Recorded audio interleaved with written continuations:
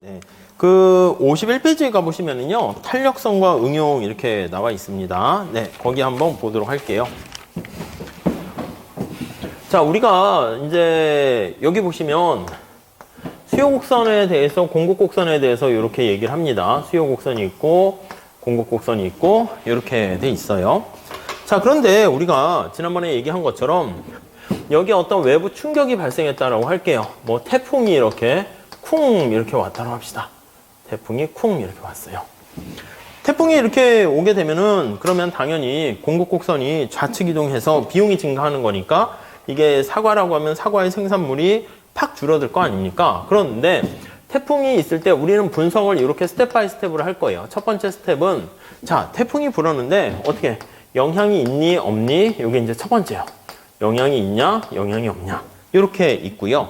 그 다음 두 번째 스텝 2는 뭐가 관심이 있습니까? 라고 하면은요, 영향이 있다라고 하면은 그 영향이 플러스 영향이니 마이너스 영향이니 그게 이제 그 다음 관심사가 돼요. 플러스니 마이너스니 이렇게요.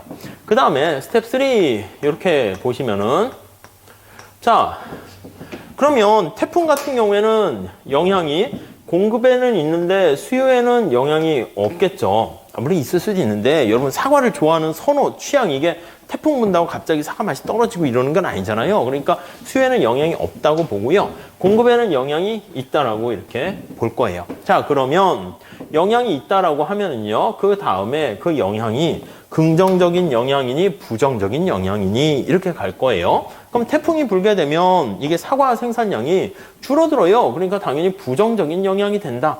이렇게 보시면 되겠죠. 그럼 공급 곡선이 왼쪽으로 갈 거예요. 근데 아까 우리가 뭐 버스와 시내버스와 뭐 지하철 이런 거 본 것처럼 부정적인 영향을 미치게 되는데 그때 얼마나 영향 미치니? 그거예요. 얼마나 영향 미치니? 그래서 이게 영향을 많이 미치면 가격도 많이 올라가고 거래량도 많이 줄어들고요.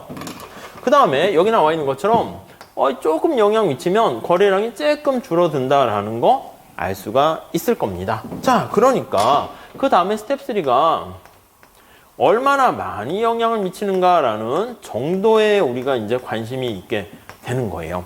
그래서 만약에 영향이 물론 이게 없지 않고 있다라고 하면 이렇게 많이 영향 미치면 가격이 많이 올라가고 거래는 크게 줄어들게 될 것이고 영향이 별로 작으면 여기서부터 조금씩 변할 거다라는 걸 알 수가 있을 거예요. 그래서 우리가 지금 관심을 갖고 살펴볼 거는 요게 우리가 지금의 관심을 갖고 살펴보는 것이고 이게 바로 탄력성이다 라고 생각을 하시면 될 것 같습니다. 네, 무슨 말씀인지 아시겠죠? 그래서 자, 한번 탄력성 한번 일반적인 내용을 좀 정리를 해보도록 할게요. 탄력성, 거기 책 내용도 나와 있긴 하지만 이렇게 목차를 잡아서 한번 써보도록 할게요. 우선 개념이다 라고 하면은 자, 탄력성은 외부 충격에 대해서 얼마나 민감하게 반응하는가를 나타내는 반응의 정도다 라고 보시면 되겠어요. 외부의 충격에 대해서 충격이 발생했을 때 충격에 대해서 네, 그 충격에 대해서 얼마나 민감하게 반응하는가라는 정도를 나타내는 게 바로 우리는 탄력성이다 라고 보시면 될 것 같습니다. 아셨죠? 자, 우리가 관심 있는 탄력성은요, 탄력성의 종류라고 할까, 유형이라고 할까요? 이렇게 수요의 가격 탄력성 중심으로 볼게요. 그럼 수요 곡선 이렇게 한번 봅시다. 우리 지난번에 봤는데 X의 가격이 있고요. Y의 가격이 있고요. 소득이라고 할게요. 이렇게. 요거 3개 정도만 할 겁니다. 아셨죠? 우리는. 자, 그러면 여기에 나와 있는 것처럼 X의 가격이 변했을 때 다른 거는 가만히 고정돼 있고요. X의 소비량이 얼마나 변할까요? 이렇게 되면 이것을 수요의 가격 탄력성 이렇게 얘기를 하고요. 이렇게. 자, 그리고 여기 나와 있는 것처럼 자, 다른 재화의 가격이 이렇게 변했다라고 하면은 이 관련재 가격이 변하는 거죠. 이렇게 되는 경우로 우리가 수요의 뭐 교차 탄력성 또는 대체 탄력성 이렇게 얘기해요. 크로스를 얘기합니다. 탄력성 이렇게 얘기하고요. 그 다음에 자, 소득이 변했다라고 하면은 소득이 변했을 때 이 소비량이 얼마나 변합니까? 이렇게 나타내는 것을요. 수요의 소득 탄력성 이렇게 얘기를 할 거예요. 그래서 이 3가지만 우리는 체크하시면 될 것 같고요. 나머지들은 요거를 이제 응용한다라고 생각을 하시면 되겠습니다. 아셨죠? 그래서 먼저 첫 번째로 탄력성이 왜 필요한가 그 유형 나와 있는데 아유 개념과 의의에다 좀 쓸 걸 그랬나? 우리 51페이지 위에 한번 가볼게요. 탄력성과 일상생활 이렇게 나와 있는데 거기요. 탄력성은 첫 번째 줄에 경작에서 매우 중요한 건데 공이 얼마나 신축적인가 이건 참고라고 할게요. 그래서 참고로 공이 얼마나 탄력적인가라고 하면 공을 쿵 떨어뜨렸을 때 얼마나 이렇게 팍팍 튀기는가 여기서 많이 이렇게 튀어오르게 되면 공의 탄력성이 큰데 탄력적인데 이렇게 보시면 되겠고요. 만약에 공이 여기서부터 조금 이렇게 올라가게 되면 이건 탄력성이 좀 떨어지는 비탄력적이다 이렇게 보시면 될 것 같습니다.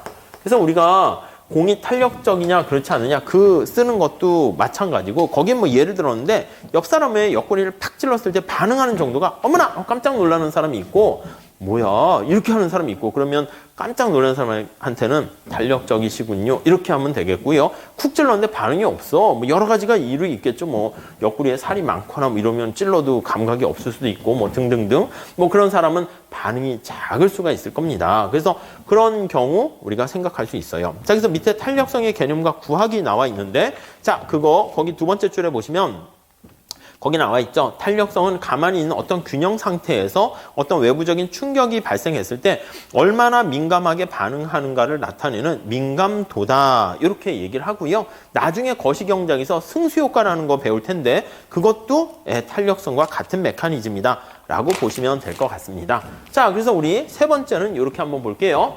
수요의 가격 탄력성 한번 살펴볼게요. 수요의 가격 탄력성 한번 체크해 보도록 하겠습니다. 이렇게요. 자, 우리 살짝 한번 보시면 자, 우선 개념부터 다시 한번 볼게요. 개념 한번 보시면 자, 이렇게 했을 때 여러분들이 헷갈리시는 분이 있는데 헷갈릴 게 없는 게 이렇게 했으면 이거는 가격이 변하는 거예요. 가격이 변하고 우리 수요 곡선 다시 생각해 보시면 돼요. 이쪽 올게요. 가격이 변했을 때 수요량이 얼마나 변하는가? 이것도 다른 자와의 가격이 변했을 때 얘가 얼마나 변하는가? 소득이 변했을 때 얘가 얼마나 변하는가? 이걸 나타내는 거니까 얘네들이 독립적으로 충격이 되는 요인들이에요. 자, 그러면 여기서 개념 보시면 가격이 변할 때 수요량이 얼마나 변하는가? 이렇게 되는 거 알 수가 있습니다. 그래서 가격의 변화에 대한 수요량의 변화를 우리가 측정하는 거예요. 변화를 측정 이렇게 보시면 되겠습니다.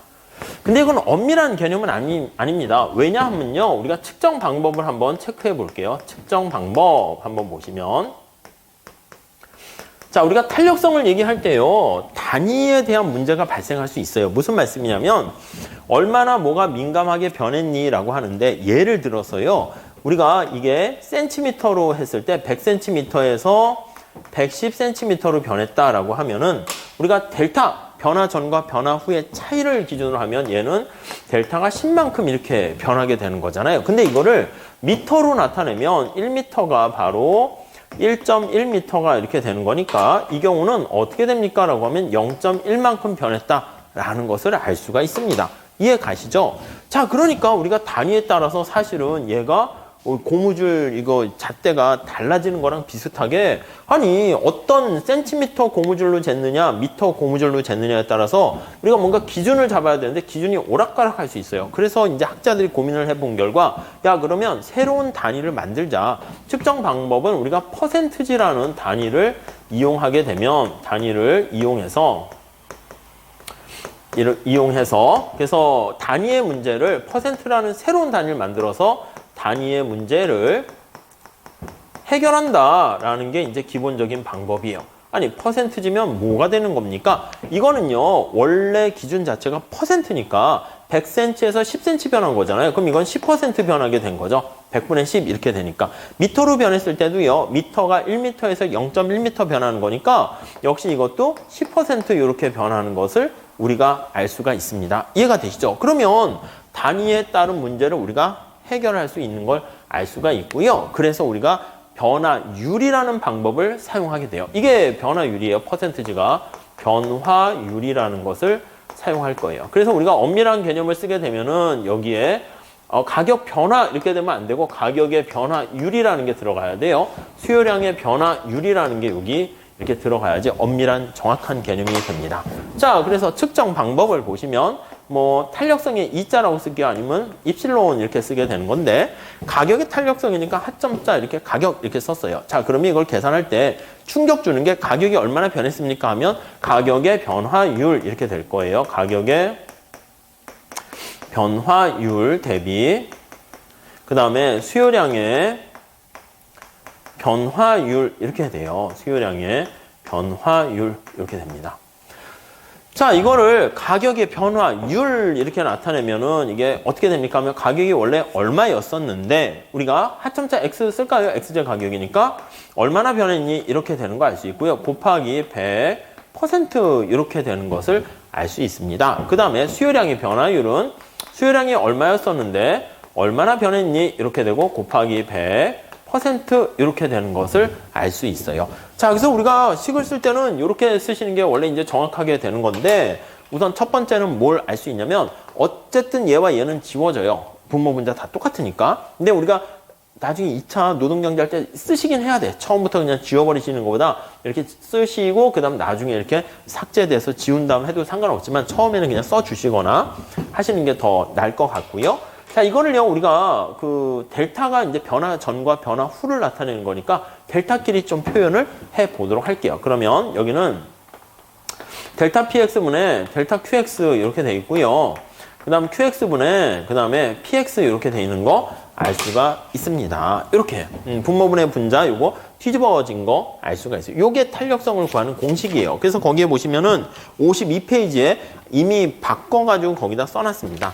자, 근데 탄력성을 구할 때 우리가 잘 보시면 거기에도 나와 있듯이 여기 부분과 이걸 A 부분이라고 할게요. 거기 1번, 2번 했는데 A, B로 합시다. 여기 B 부분이 이제 탄력성에 영향을 미친다라는 것을 알 수가 있어요. 그러니까 우리가 살짝 보면 변화 크기다라고 하면 여기 A 부분만 있는 게 아니라 이게 어디에 위치해 있는가도 중요한 역할을 미치게 돼요. 자, 그래서 살짝 한번 보시면 자, 이거 둘로 나눠서 할게요. 측정 방법 중에서 우선 1번 여기 나와 있는 B 부분을 B 부분이 일정하게 고정된 경우 이렇게요. 고정된 경우 네, 이렇게 한번 보도록 하겠습니다.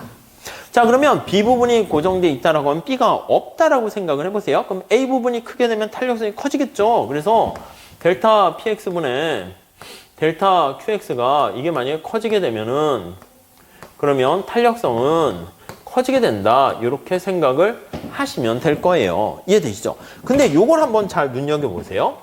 얘가 뭔가 한번 볼까요? 얘가 가만히 보시면 결론부터 말씀드릴게요.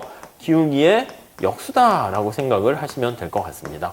아니, 기울기의 역수? 이게 무슨 말입니까? 우리 기울기 한번 체크해 볼게요. 여기 한번 보시죠. 여기가 QX고요. 여기가 PX라고 할게요. 자, 그럼 수요곡선 이렇게 우하형 하잖아요. 자, 우리 아까 얘기했던 것처럼 이걸 PX로 바꿨을 때 이 기울기라는 것은 어떻게 됩니까? 이 수요곡선의 기울기라는 것은 여기 보시면은요. 얘가 이만큼 변했을 때 이게 이제 원래 x, y 이렇게 있는 거잖아요. 그러니까 델타 x분의 델타 y가 기울기예요. 그래서 얘가 이거분의 qx분의 이게 이렇게 감소하는 거잖아요. 델타 px. 이게 바로 기울기다라고 생각을 하시면 되겠어요. 자, 그래서 다시 한번 정리하면 자, 수요곡선의 기울기는 어떻게 쓸 수 있습니까? 하면 델타 qx분의 델타 px 이렇게 되는 것을 확인할 수가 있을 거예요. 오케이, 됐죠? 그러니까 얘가 기울기란 말이야, 얘가. 그럼 여기 보시면 이게 PQ가 뒤집어져 있잖아요. 그러니까 이게 바로 기울기의 역수다. 이렇게 생각을 하시면 될 것 같습니다. 자, 그랬을 때 여기 보시면은 이게 기울기의 역수니까 이게 기울기인데 요거니까 어떻게 돼요? 기울기의 역수니까 기울기가 작으면 탄력성은 커지고 기울기가 크면 탄력성은 작아진다. 라는 걸 알 수 있어요. 자, 다시요. 여기 B번 부분이 고정돼 있을 때는 얘가 고정돼 있으면은 앞에 부분이 기울기랑 관련돼 있는데 기울기의 역수가 되는 거니까 다시 말씀드리면 열수로 탄력성은 기울기가 작으면 작을수록 탄력성은 커지고 여기까지만 쓸게요. 기울기가 커질수록 탄력성은 작아진다. 이렇게 보시면 될 것 같습니다. 자, 이제 여기가 이제 어디에 위치해 있는가를 나타내는 거거든요. 여기서 이제 우선 시각적으로 여러분들이 보실 필요가 있어서 살짝 시각적으로 볼게요. 그래서 만약에 내가 이게 Q인데 Q가 5개 소비할 때고 가격이 뭐 10이라는 여기 하나의 점으로 할게요. 아니면 이걸 이렇게 합시다. Q0, 이걸 P0로 할게요. P0. 여기가 이제 어떤 점이 이렇게 있는 거예요. 자, 그랬을 때 기울기가 다른 두 수요 곡선을 찾아볼게요. 얘가 완만한 수요 곡선이 있고요. 완만한 거는 기울기가 작은 거예요. 기울기가 작아 이렇게 돼 있고요. 그 다음에 얘가 기울기는 큰 이렇게 있어요. 얘는 기울기가 커 이렇게 돼 있어요. 커 이렇게요. 아시겠죠? 네, 이렇게 돼 있다 합시다. 자, 그러면 여기서 만약에 탄력성 생각해 보시면 가격이 충격을 주는 거예요. 자, 다시요. 이쪽으로 다시 오시면 가격이 변하는 거예요. 얘가 충격을 주는 원인 변수다라고 보시면 될 것 같고요. 그 얘는 이제 수요량이 얼마나 민감하게 반응하는가를 나타내는 거니까 여기가 반응과 관련된 결과 변수다라고 생각하시면 돼요. 가격이 변했을 때 가격이 오르락 내리락 조정되는 거예요. 이쪽으로 오세요. 자, 그러면 기울기를 나타낼 때 원래 이거부터 변하는데 우리가 탄력성 계산하실 때는요. 명확하게 아셔야 돼. 안 그러면요. 이게 거꾸로 돼요. 가격이 하락했을 때 이게 충격을 주는 거죠. 가격이 올라가거나 내려갔을 때 기울기가 가파른 경우에는 소비량이 쬐끔 변하고요.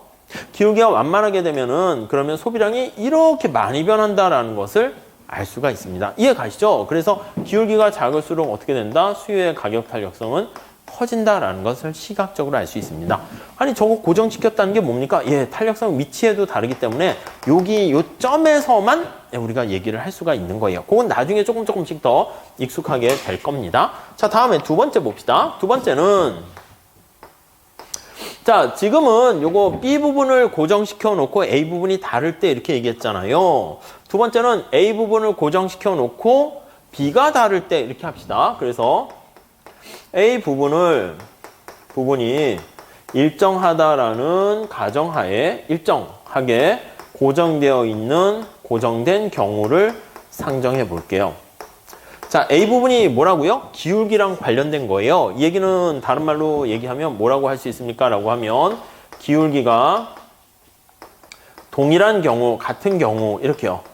기울기가 동일한 경우다라고 하면은 이거는 바로 뭡니까? 라고 하면은 수요 곡선이 우하향하는 직선인 경우 이렇게 돼요. 자, 그랬을 때 한번 살짝 볼게요. 자, 이쪽으로 봐보시면은 자, 첫 번째 다시 한번 봅시다. A 부분이 없다라고 할게요. 머릿속에 없어요. 그러면 B가 커지면 탄력성이 커지는 거 이해되시죠? 거기까지. 그럼 B가 커지면 B는 저기 뭐냐면 QX분의 여기 보이세요? PX가 커질수록 탄력성이 커진다라는 것을 알 수가 있어요. 자, 그러면 여기 다시 한번 볼게요. 자, 얘가 커진다는 것은 가격이 올라갈수록 또는 Q가 하락할수록 이렇게 보시면 돼요. 자, 그러면 우리 한번 잘 체크해 볼게요. 자, 우선 기울기가 이건 논리적으로 우리가 딱딱딱딱 풀어나가는 연습을 하는 거고요. 사실 객관식만 위할 때는 사실 뭐 이렇게 할 필요 없어요. 그냥 자, 기울기 반대입니다. 그리고 뭐 위로 올라갈수록 탄력성 커집니다. 암기하세요. 그러면 되는데 글쎄 그래벨로 우리가 하기에는 제가 조금 욕심이 더 있어가지고 좀 이렇게 한번 보시죠. 여기가 QX가 되고요. 여기가 PX가 됩니다. 수요 곡선이 이렇게 우하향해요. 이 위에는 다 기울기 동일하다는 거 이해되십니까? 네, 이렇게 돼 있죠. 자, 그럼 여기가 A라 그러고 여기가 B라 그러고 여기가 C라 그러고 이렇게 돼 있어요. 자, 디맨드 곡선이 우하향하는 직선이에요. 우하향하는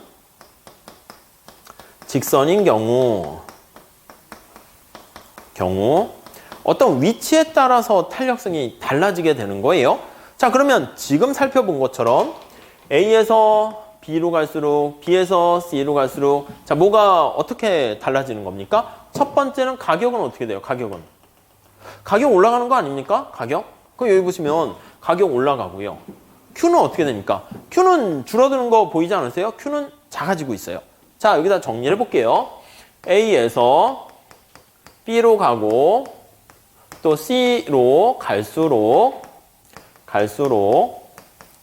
기울기는 똑같습니다. 기울기는 똑같아요. 그걸 전제로 깔고 들어갔는데 그러면서 PX는 올라가고요. QX는 내려가는 것을 알 수가 있어요. 그렇죠.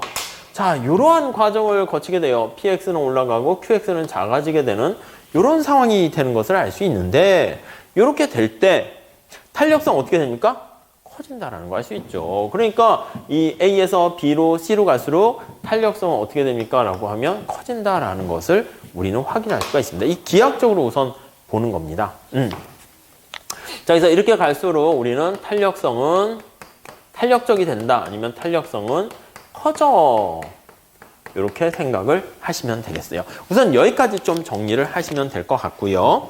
자, 그래서 밑에 그 해설, 우리 교재 52페이지에 가보시면 책에서는 2번 부분이 고정돼 있을 때 해가지고 2번 부분이 고정돼 있으면 요거 얘기한 거예요. 그럼 기울기의 역수라는 거 알 수가 있고, 세 번째 줄 보시면 기울기가 완만할수록 나와 있죠. 기울기가 가파를수록 나와 있죠. 완만할수록이랑은 기울기가 작을수록 탄력성은 반대로 커지고요. 기울기가 가파를수록, 기울기가 클수록 탄력성은 작아진다라는 것을 알 수가 있습니다. 그리고 다음 두 번째로 1번 부분이 고정됐을 때 이렇게 나와 있잖아요. 1번 부분에 해당하는 게 요거 A 부분이 고정됐을 때 오른쪽 가보시면은요, 거기 B에서 A점으로 가면 갈수록 어떻게 됩니까? 라고 하면요, 탄력성은 커지고요.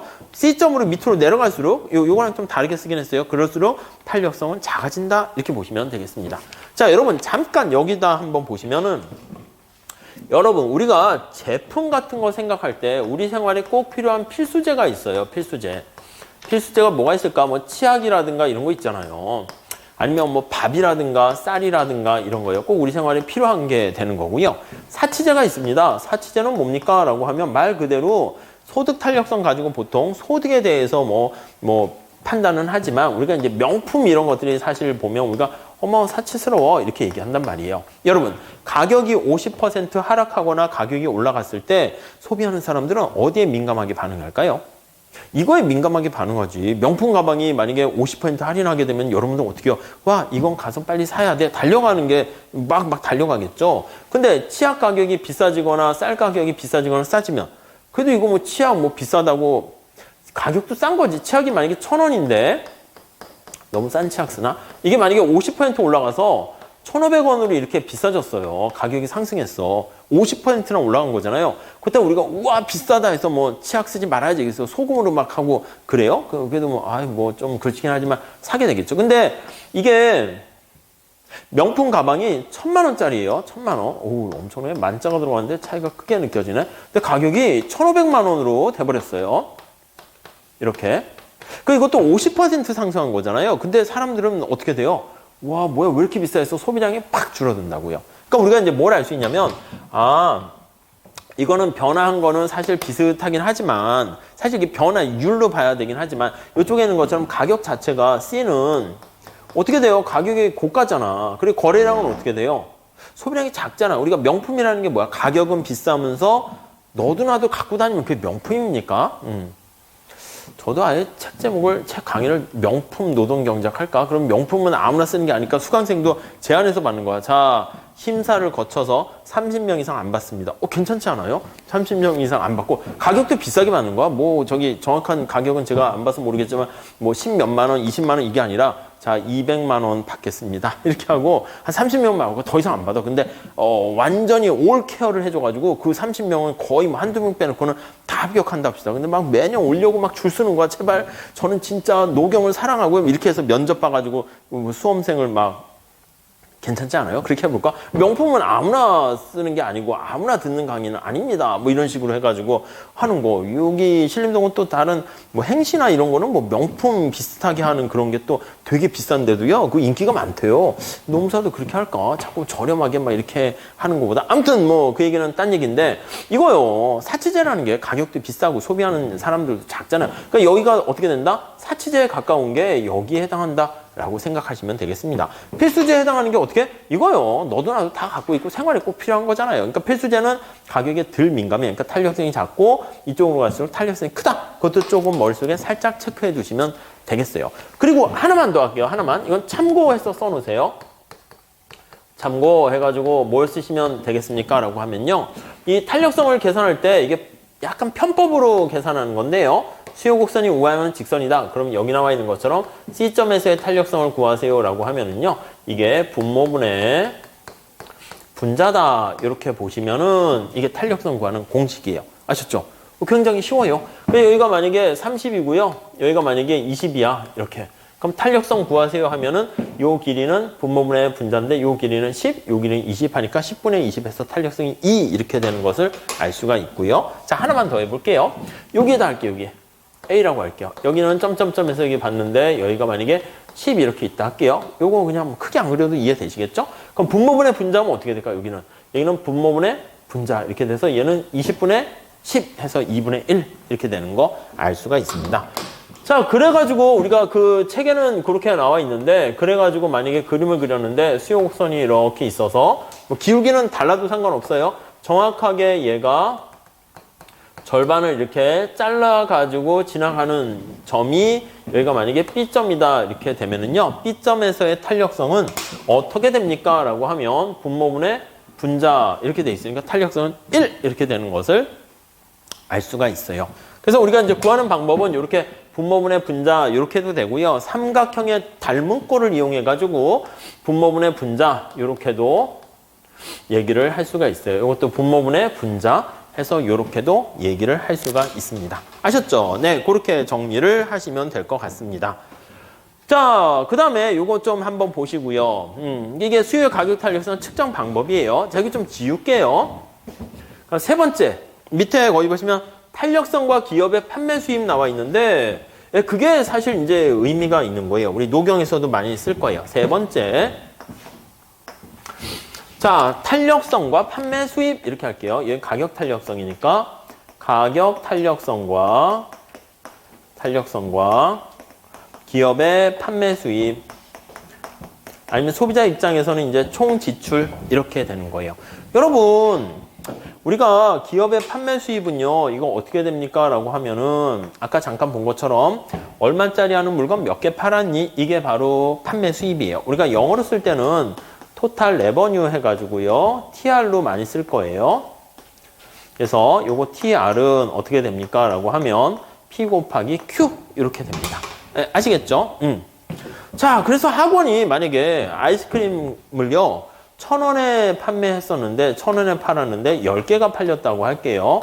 그럼 판매 수입은 어떻게 됩니까? 라고 하면 10,000원 이렇게 되는 거 알 수가 있을 거예요. 근데 학원이 뭐 이제 이 판매량을 좀 늘리려고 50% 가격을 할인했다고 해볼게요.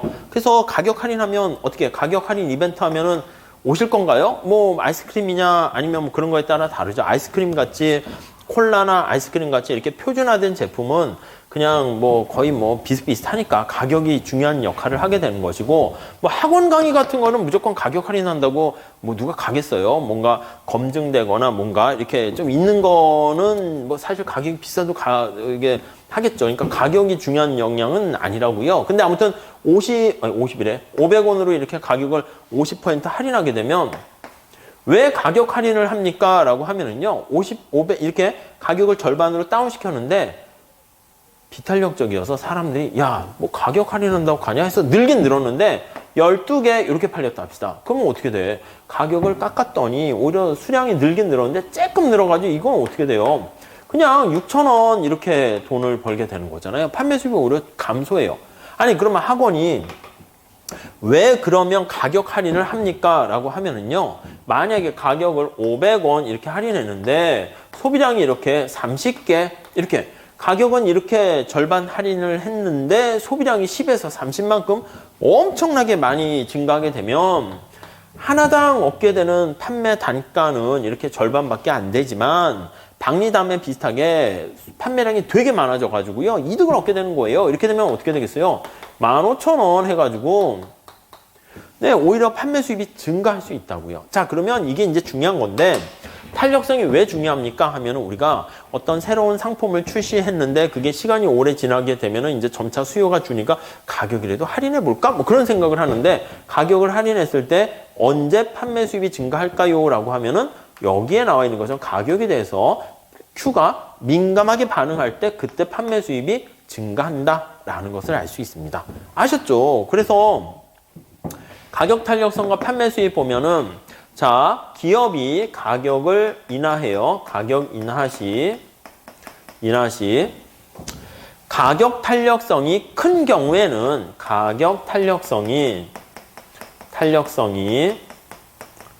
큰 경우에는 자, 판매 수입이 어떻게 된다? 요거 살짝 눈으로 보시면 판매 수입은 오히려 증가하게 됩니다. 그래서 판매 수입은 증가하게 되고요. 그리고 가격 탄력성이 작은 경우에는 네, 가격을 인하했는데 Q가 조금밖에 증가하지 않습니다. 그래서 오히려 판매 수입은 오히려 감소하게 된다라는 것을 알 수가 있습니다. 무슨 말씀인지 아시겠죠? 그러니까 이게 가격 인하했을 때 아니면 가격 상승했을 때는 반대로 하시면 돼요. 근데 한쪽만 잘하세요. 가격 상승했을 때도 똑같이 쓸 수 있는데 요거 하나로만 해서 잘 머릿속에 넣어두시면 될 것 같습니다. 그러니까 가격을 인하했을 때 언제 기업의 목적은 판매 수입을 증가시켜서 이윤을 극대화하는 건데 언제 판매 수입이 증가해서 효과를 봅니까? 라고 하면 여기 나와 있는 것처럼 가격 탄력성이 큰 경우에 효과를 본다. 이렇게 정리를 하시면 될 것 같습니다. 아셨죠? 그 정도 정리를 하시고요. 자, 그 다음에 이거 나중에 좀 응용할 때 많이 할 거니까 이 정도만 하세요. 제가 너무 파생으로 막 하다 보면 이걸 잊어버릴까봐 우리가 나중에는 노경에서는 여기 다시 참고를 한번 볼까요? 노경에서는요, 기업이 노동에 대한 비용이라든가 노동자들의 노동 수입, 근로소득이 어떻게 되는가? 노동소득이라 할게요. 소득이 어떻게 되는가라고 하면 W 곱하기 L 이런 식으로 얘기할 거예요. W는 뭐냐면 임금이고요. L은 고용량이 되는 거예요. 그럼 노동자들 입장에서는 최저임금제를 실시해가지고요. 최저임금제를 실시해서 또는 노조가 노조의 요구로 인해 가지고 임금 인상이라는 충격이 발생했다라고 할게요. 임금이 올려주세요 해서 올라갔어. 그럼 임금이 올라가게 되면 그러면은요, 기업 입장에서는 노동에 대한 수요가 줄어들어요. 근데 노동에 대한 수요가 조금 이렇게 줄어들었다라고 하면 그럼 임금 올라간 효과가 노동 수요 줄어든 것보다 더 크게 되니까 이때는 노동소득은 증가한다라는 것을 알 수가 있어요. 근데 만약에 임금 올려주세요라고 했는데 화살표 길이로 할게요. 노동자 다 나가 이렇게 해가지고 이렇게 지난번 얘기한 것처럼 최저임금제를 실시했는데 노동에 대한 수요가 확 줄어들게 되면은 그러면 임금은 올라가서 한 명 취업했을 때 얻게 되는 이득은 증가할지 모르겠지만 고용이 확 감소하게 되니까 노동의 소득은 이렇게 감소한다라는 것을 알 수 있어요. 그래서 이게 어디로 연결이 되냐면 최저임금제는 언제 효과가 클까요? 하면은 요 위에 나와 있는 것처럼 임금에 대한 노동수요의 대한 임금의 탄력성이 작을수록 노조가 언제 목소리를 높였을 때 효과를 볼까요? 역시 탄력성이 크면은 힘이 약한 거야. 그러다 보니까 이게 탄력성이 작을수록 효과가 크다. 이렇게 보시면 될 것 같습니다. 여기에서 응용하는 건데 요 정도 우선 보시면 될 것 같습니다. 네, 그 정도 보시고 다음 페이지 넘어갈게요. 네, 거기는 뭐 말로 설명되어 있는데 그리고 54페이지에 그 박스에 판매 수익 화살표 굵기로 표현되어 있는데 가격이 하락했을 때 거기 있는 것처럼 Q가 많이 증가하느냐 탄력성이 큰 거죠. 그리고 Q가 조금 증가하느냐 그거에 따라서 판매 수입이 증가할지 감소할지가 달라진다. 이렇게 정리를 하시면 될 것 같습니다. 아셨죠? 그리고 그 밑에 보시면 54페이지에 보시면 탄력성에 응용해가지고 가격 탄력성 우리가 지금 본 거예요. 첫 번째 줄 살짝 밑줄 치시면 자, 우리가 1을 기준으로 할 거예요. 그래서 여기다 한번 정리를 해볼까요? 가격 탄력성에 대한 판매 수입 나와 있고요. 네 번째로 한번 목차를 잡아볼게요. 네 번째, 가격 탄력성에 대한 판정 기준 한번 보시면 자, 뭘 기준으로 합니까? 라고 하면 1을 기준으로 할 겁니다. 그래서 쭉 해가지고요. 수요에 대한 가격 탄력성이 있는데 여기가 이렇게 딱 있으면 1을 기준으로 할 거예요. 근데 되게 좀 신기한 거는 뭐냐면 1을 기준으로 하는데 가격 탄력성은요. 우리가 앞에 여기를 지워서 그렇긴 한데 항상 계산하면 음수가 나와요. 무슨 말씀이냐면 우리 가격이 변했을 때 수요에 미치는 효과는요. 수요 법칙에 의해서 항상 마이너스가 붙어 나오거든요. 다시 여기 써드리면 수요 법칙에 의해서 가격 탄력성은 항상 이게 나옵니다. 음의 결과가 나와요. 마이너스라는 거예요. 마이너스라는 건 뭐예요? 가격이 올라가면 소비량이 감소하고 가격이 싸지면 소비량이 증가한다는 거예요. 다시요. 가격 탄력성 계산하면 자, 분모는 가격의 변화율이죠. 책에 따라서는 이렇게 퍼센트지 가격의 변화율 이렇게 쓰기도 해요. 퍼센트지 Q의 변화율 이렇게도 쓰긴 합니다. 퍼센트지라고 하는 건데 근데 이거는 공식적인 표현은 아니니까 그냥 오리지널로 해서 쓰시는 게 더 낫습니다. 자, 그런데 우리가 보다시피 가격이 올라가게 되면 얘는 감소하게 되니까 부호가 반대 방향이라고 하면 이게 항상 0보다 작은 값이 나와요. 근데 우리한테 관심사는요. 다시 이쪽으로 올게요. 이쪽으로 쭉 오시면 여기요. 탄력성은 이게 관심사잖아. 어떤 외부 충격이 있니 없니? 있으면 플러스니 마이너스니? 라는 거고 우리의 관심사는 얼마나 충격을 받았어? 이게 우리의 관심사이기 때문에 부호는 지금은 큰 관심사가 없는 거예요. 가격 탄력성은 또 항상 마이너스예요. 부호가 의미가 있을 때도 있지만 수요의 가격 탄력성은 항상 마이너스가 되니까 부호는 관심 없고 그 뒤에 수치가 좀 더 의미가 있는 거예요. 그래서 이쪽으로 다시 올게요. 자, 그래가지고요. 우리가 이게 항상 마이너스가 나오니까 이게 마이너스 때문에 헷갈리는 사람들이 있는 거야. 무슨 말이냐면 탄력성을 계산했더니 3과 5가 나왔어. 어디가 탄력적입니까? 하면은 얘가 탄력성이 큽니다. 이렇게 얘기할 수 있는데 계산을 했더니 마이너스 3하고 마이너스 5가 나왔어요. 어디가 탄력적입니까? 라고 하면 원래는 이 마이너스는 반대로 영향을 미친다는 것이고 그때 숫자가 클수록 탄력적이다 이렇게 얘기해야 되는 건데 잠깐 마이너스 5보다 마이너스 3이 더 큰 거 아니야? 그래서 자꾸 헷갈리는 거야. 그래가지고요. 경작에서는 가끔은 이렇게 부호를 제거하고 표현하기도 해요. 근데 이게 경제 원론에서는 절대값을 씌우거나 마이너스를 붙여서 이렇게 좀 쉽게 하려고 부호를 제거하게 되는데 또 위에 노동경제나 또 위로 올라가면 야, 그런 것도 헷갈리면은 경제학 그만둬! 이렇게 해서 그런지 모르겠는데 마이너스 부호를 그냥 놔둬요. 아셨죠? 그러니까 노경에서도 마이너스를 많이 붙이긴 합니다. 근데 우리가 지금은 이제 그냥 경제학에서 1차 객관식에서는 보통 빼서 많이 얘기를 하니까 그냥 뺀 걸로 할게요. 자, 그래서 우리가 요 1을 기준으로 해서요. 1이 이제 기준이다 해서 요거를 단위 탄력적이다 이렇게 얘기를 하고요. 그리고 이게 1보다 큰 경우를요. 우리가 탄력적이다 이렇게 얘기하고요. 그리고 이게 1보다 작잖아요. 1보다 작게 되면 이거를 비탄력적이다 이렇게 얘기합니다. 비탄력적. 네, 아시겠죠? 자, 그래가지고 만약에 비탄력적이다 못해 이게 만약에 0 이렇게 되면은요. 어떤 가격이 변했을 때 수량이 아무것도 안 변하는 거예요. 왜냐하면 가격이 변했을 때 수량 변화가 빵 이렇게 되는 거니까 그렇게 되면 빵 이게 나와요. 이렇게 빵이 되는 경우를 비탄력적인 정도가 오 엄청 세 해서 완전 비탄력적이다 이렇게 표현을 합니다. 자, 다시 한번 용어 정리합니다. 가격 탄력성이 빵이다 이런 경우를 완전 비탄력적이다 이렇게 표현을 하고요. 가격 탄력성이 1이다 그러면 이걸 단위 탄력적이다 이렇게 얘기하고요.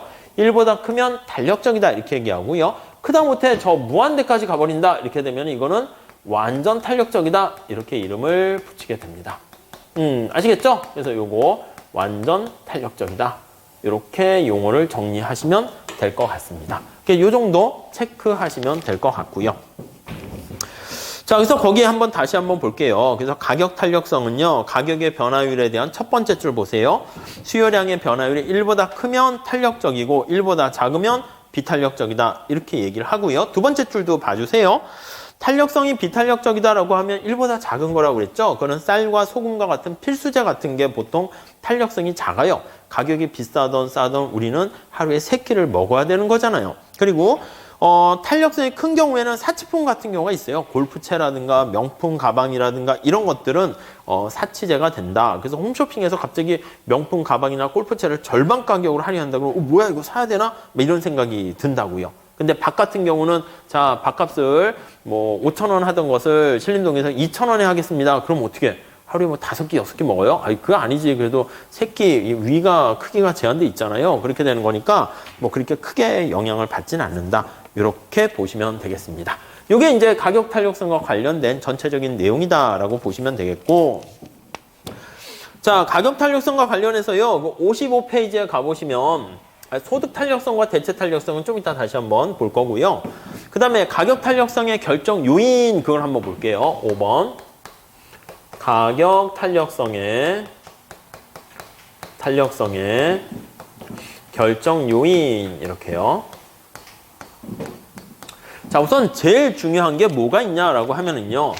앞에 본 것처럼 여러분 첫 번째는 뭐가 있냐면 필수제와 사치제 한번 생각해 볼게요. 필수제와 사치제 비교해 볼게요. 사치제.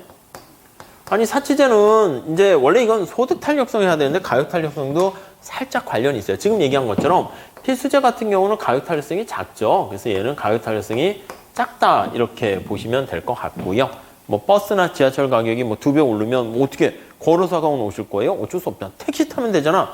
에이 어떻게 택시 타요? 쉽지 않지. 그러니까 필수제 같은 경우는 쌀 아니면 간장 아니면 버스 요금 같은 거 이런 거의 특징은 뭐냐면 대체할 만한 게 많지 않습니다.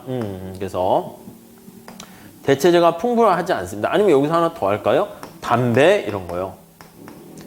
아니 담배 가격 올라가도 나는 담배에 이미 중독됐다 그러면 담배 소비량이 줄긴 줄겠지만 그렇게 크게 줄지는 않아요. 그래서 얘네들의 특징은 뭐냐면 대체할 만한 상품이 없어요. 대체재가 별로 없어 이렇게 되네요.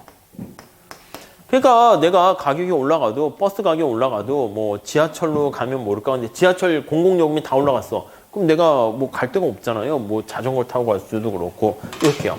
근데 사치제 같은 경우는 사실 뭐 우리 생활에 꼭 필요한 것도 아니고요. 그리고 뭐 대체할 만한 게 많아요. 뭐 명품 가방이 비싸졌다. 이거 폼내려고 과시하려고 하는 거지. 뭐 그거 뭐 책을 거기다 여러분 가방에 어떻게 뭐 이 가방이 이렇게 있는데 어떤 학생이 가방을 들고 다니는데 여기다가 프라임 이렇게 써 있어. 아니, 프라단가? 아무튼 뭐 이렇게 써 있어요. 이렇게 여기다 책가방을 쓰고 있어. 근데 이거 가격이 막 2천만 원 올라갔어. 그거 어떻게 해? 뭐 책을 꼭 프라다 가방에다가 넣어야지 프라임에 올 수 있어요? 그건 아니잖아. 그러니까 비닐봉투에 넣어서 가져와도 되잖아요. 그러니까 이걸 대체할 만한 상품이 되게 많기 때문에 사치제 가격은 뭐 그냥 굳이 우리 생활에 꼭 필요한 것도 아니니까 굉장히 가격에 민감하게 변합니다. 아시겠죠? 다음 두 번째. 또 두 번째는요. 거기 보시면은 그게 하나 있는데 55페이지 거기 두 번째 보세요. 자, 거기 보니까 소득에서 그 재화의 구입 금액이 차지하는 비중 이거요. 소득에서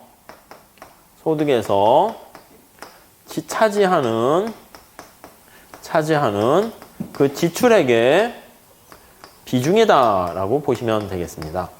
여러분 밥값이라든가 껌값이라든가 버스비 이게 만약에 여러분들이 노무사가 돼서 생활하는 삶에 있어 가지고요 가격이 뭐 10% 20% 올라갔다 해서 막 죽을 정도로 민감하게 영향받는 거는 아니잖아요. 근데 우리가 생각하는 명품 가방이나 무슨 골프채나 이런 거 TV 이런 것들은 소득에서 차지하는 비중이 크잖아요. 그러니까 당연히 가격에 되게 민감할 수밖에 없죠. 무슨 말씀인지 아시겠죠? 그래서 차지하는 비중이 클수록 이게 사치제에 가까운 거예요. 클수록 가격 탄력성이 그냥 탄력성이라고 쓸게요. 탄력성이 커져 이렇게 보시면 될 것 같습니다. 하셨죠? 그렇게 정리를 하시면 되겠고요. 물론 이런 프라다 가방, 프라임 가방 이런 게 되게 비싼데 저한테야 비싸지 재벌 회장님들한테는 이게 뭐야? 재벌 회장님들이 버는 돈은 뭐 10억 1년에 10억 번다? 더 번다 할까요? 100억 번다? 100억에서 뭐 1000만 원짜리가 2천만 원 같다고 해도 이건 껌값이잖아요. 그냥 뭐 사고 싶으면 사는 거지. 그러니까 이 소득에서 차지하는 비중이 크면 클수록 그러면 이제 그 사람한테는 이게 사치제가 되는 거고 재벌 회장님들한테는 뭘 사치제야. 그냥 필수제지 필수제. 어디 파티 갈 때는 당연히 이런 프라임 가방을 메고 다녀야 되는 거잖아요. 뭐 그런 거니까. 아셨죠? 그 정도 보시면 될 것 같고요. 자, 그 다음에 거기 뭐 대체 탄력성은 좀 이따 다시 하고 하나만 더 볼게요. 요거. 기간도 중요합니다. 이거 노경에서도 많이 얘기할 거래 가지고요. 살짝 보면 3번은 단기보다는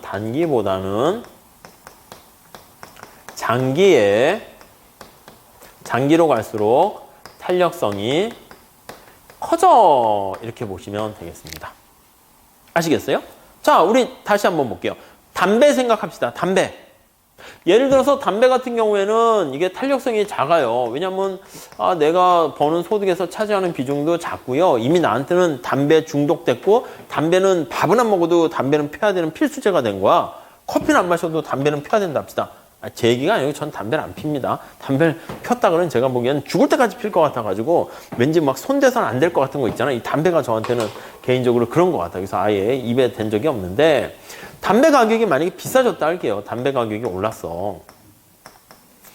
근데 담배 가격이 올랐는데 단기에는 짧은 기간에는 금연을 쉽사리 할 수 있는 게 아니잖아. 그러니까 담배에 대한 소비량이 줄긴 줄겠지만 조금밖에 안 줄어요. 그렇잖아요. 근데 담배 가격이 건강에도 해로울 뿐만 아니라 뭐 이렇게 가격도 비싸지면 소득에서 차지하는 비중도 커지게 되면 당연히 어떻게 됩니까?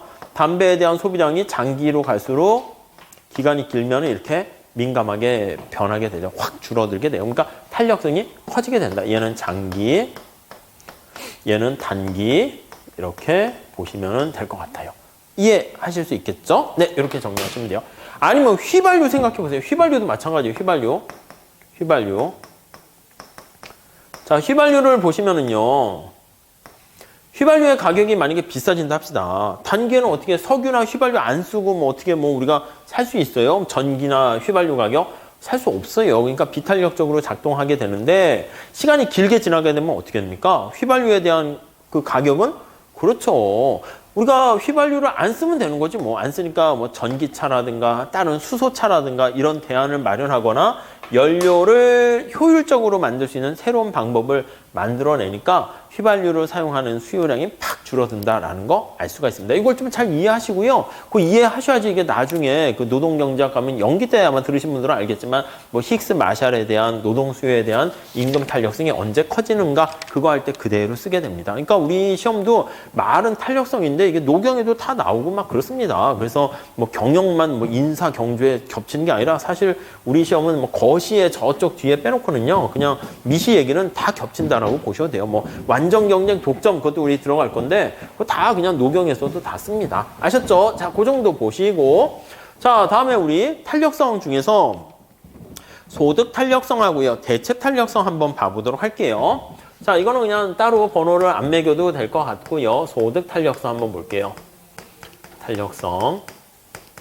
자, 이거는 우리 그냥 식 한번 바로 쓰시면 될 것 같습니다. 55페이지, 50 거기 보시면 4페이지에 나와 있는데요. 자, 수요의 소득 탄력성입니다. 그러면 소득이 변화했을 때 수요량이 얼마나 변하는가 이렇게요. 아니면 수요의 그거 써도 돼요. 여기다가 저는 일부러 뺐는데 수요의 소득 탄력성 이렇게 보시면 소득이 변화했을 때 이게 소득의 변화율 이렇게 쓰시면 되겠어요.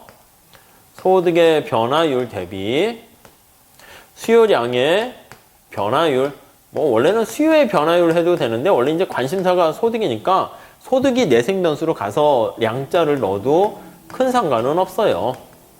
자, 이거 다시 한번 써볼게요. 그러면 자, 식으로 쓰면 소득이 얼마였는데 얼마나 변했니? 에다가 수요량이 얼마였는데 얼마나 변했니? 이렇게 됩니다. 이렇게요. 곱하기 100 있는데 저는 우선 뺄게요. 그리고 델타끼리 묶으면 이렇게 쓸 수 있어요. 좀 익숙하게 이거 좀 잘 정리해 주세요. 이렇게 해야지 나중에 우리 계산할 때 여기 이제 미분하는 거거든요. 그리고 이제 주어진 소득과 수량 값을 넣어가지고 계산할 때 좀 써먹게 될 겁니다. 자, 이거는 소득 탄력성에 따라서 이것도 재화를 분류하는데요. 어떻게 분류합니까? 라고 하면은요. 쭉 해가지고 소득 탄력성 이렇게 쓸까요? 입실론 M 이렇게 쓰고요. 자, 우선 이거는 0을 기준으로 합니다. 0. 0을 기준으로 하면 0이면 소득 탄력성이 0이면 소득이 아무런 영향을 안 받는다는 거고요. 자, 0보다 크다라고 하면요. 이게 뭐가 됩니까? 라고 하면 0보다 큰 이때는 소득 탄력성이 0보다 크게 되면은 우리는 이게 정상제다. 우리 전에 봤죠? 정상제랑 열등제라는 표현을 봤습니다. 정상제라는 것은 소득이 증가할 때 거기 나와 있는 것처럼 소비량이 증가하게 되면 정상제 이렇게 돼 있고요. 그 다음에 이게 0보다 작다라고 할게요. 소득 탄력성이 0보다 작으면 이걸 우리는 열등제 또는 하급제 이렇게 얘기합니다. 이 0보다 작다라는 게 무슨 말인가 잘 보세요. 음수가 나왔다는 얘기인데 이거는 소득이 증가했는데 소비량이 감소한 거야. 그럼 이게 마이너스 음수가 나오죠. 그러니까 열등제라는 것은 바로 뭐냐면 소득이 증가했는데 소비가 줄고 그리고 소득이 감소하면 소비량이 느는 거예요. 그래서 지난번에 얘기한 것처럼 뭐 라면이라든가 뭐 연탄이라든가 뭐 이런 거 있죠. 라면과 연탄도 사실 뭐 과거 한때는 잘 나갔던 것들 아니겠습니까? 그래서 우리가 요즘 과거엔 말이야, 내가 한때는 가끔 이런 사람이 있는데 그걸 꼰대라고 그러면서요. 꼰대들이에요, 꼰대들.